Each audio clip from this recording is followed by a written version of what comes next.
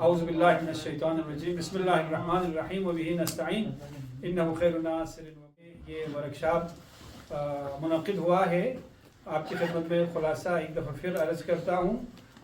ہم نے سب سے پہلے نکاح کے حکم شرعی کو بیان کیا، چونکہ عرض ہوا کہ کوئی بھی کام انسان انجام دیتا ہے تو وہ 5 حالتوں سے خالی نہیں ہے. یا وہ فعل کام جو ہے واجب ہے یا حرام ہے یا مستحب ہے یا مکروہ ہے یا مباح ہے. اب یہ خود نکاح کیا ہے، آیا واجب ہے یا مستحب ہے یا حرام مکروہ کیا ہے؟ تو فرماتے ہیں کہ یہاں پہ کچھ صورتوں میں ذاتاً جو ہے نکاح مستحب مؤکد ہے ہر اس انسان کے لیے جو نکاح کرنے پر، شادی کرنے پر قدرت رکھتا ہو، اس کے لیے مستحب تاکیدی ہے. لیکن ان کے علاوہ جو قدرت نہیں رکھتے ان کے لیے مستحب نہیں ہے. ایک بات. دوسری بات یہ کہ وہ انسان، وہ افراد جو شادی نہ کرنے کی وجہ سے حرام میں مبتلا ہوتے ہوں یا حرام میں مبتلا ہونے کا خوف ہو، تو ایسے افراد پر نکاح کرنا، شادی کرنا کیا ہو جائے گا؟ واجب ہو جائے گا.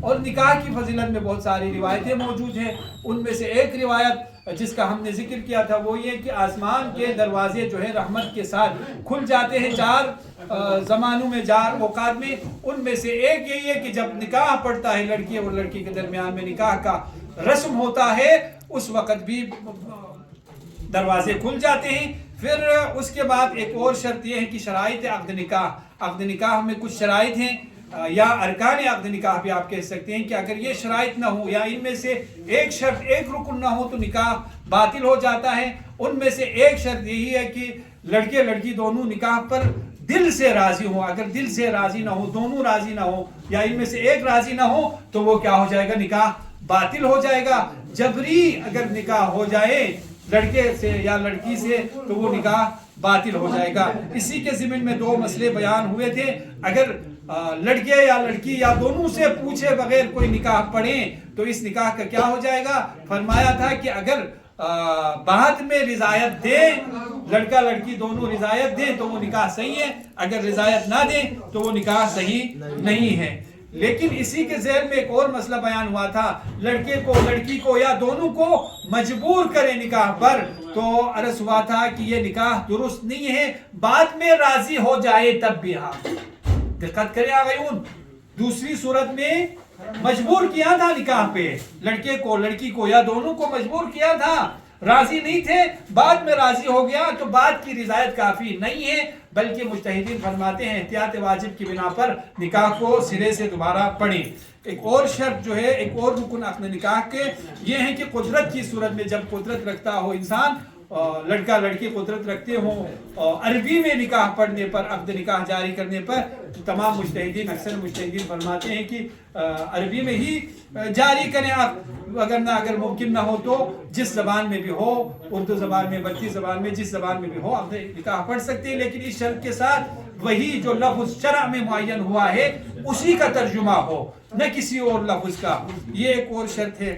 ایک اور شرط یہ ہے کہ قصد انشاء ضروری ہے، نہایت ضروری مسئلہ ہے قصد انشاء بھی، کیونکہ عربی ادبیات کے حساب سے انکحتو، زوجتو، قبلتو، یہ الفاظ جو صیغہ نکاح میں، عقد نکاح میں استعمال ہوتے ہیں، یہ صیغہ ماضی ہے، یعنی میں نے نکاح پڑھا، میں نے قبول کیا، جبکہ ابھی ہونا چاہیے. اس لیے تمام مجتہدین فرماتے ہیں کہ اگر قصد انشاء نہ کرے تو وہ نکاح باطل ہے.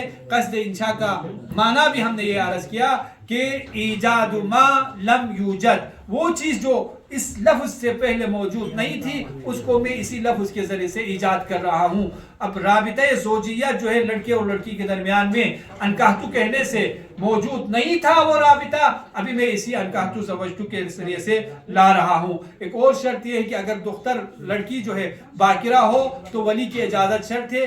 ولی جو ہے شرعی طور پر بھائی نہیں ہے، کوئی اور رشتہ دار نہیں ہے، بلکہ شرعی طور پر لڑکی پر کون ولایت رکھتا ہے؟ لڑکی کا والد یا لڑکی کے جو دادا ہوتا ہے، یہ دونوں ولایت رکھتے ہیں. حتیٰ نانا بھی ولایت نہیں رکھتے ہیں، بھائی لوگ ولایت نہیں رکھتے ہیں.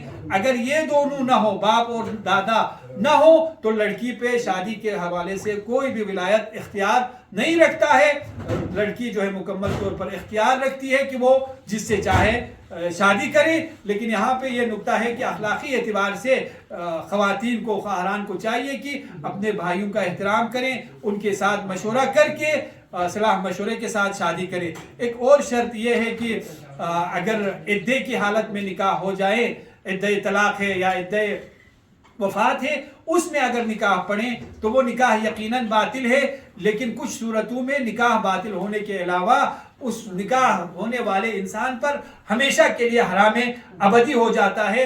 دو شرطوں کے ساتھ رسوات حرام ابدی ہو جاتا ہے۔ ان میں سے ایک شرط یہ ہے کہ ان کو علم ہے، یقین ہے، پتہ ہے کہ یہ لڑکی کیا ہے، عدے میں ہے۔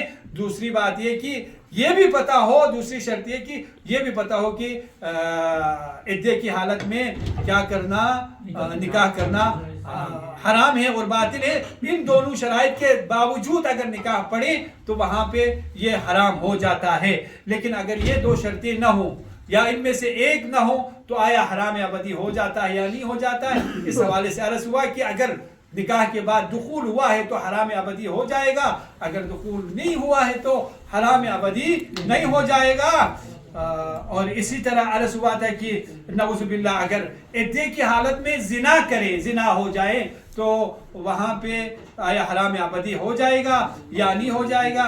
اس کے بارے میں تفصیلات تھی۔ والسلام علیکم ورحمۃ اللہ وبرکاتہ۔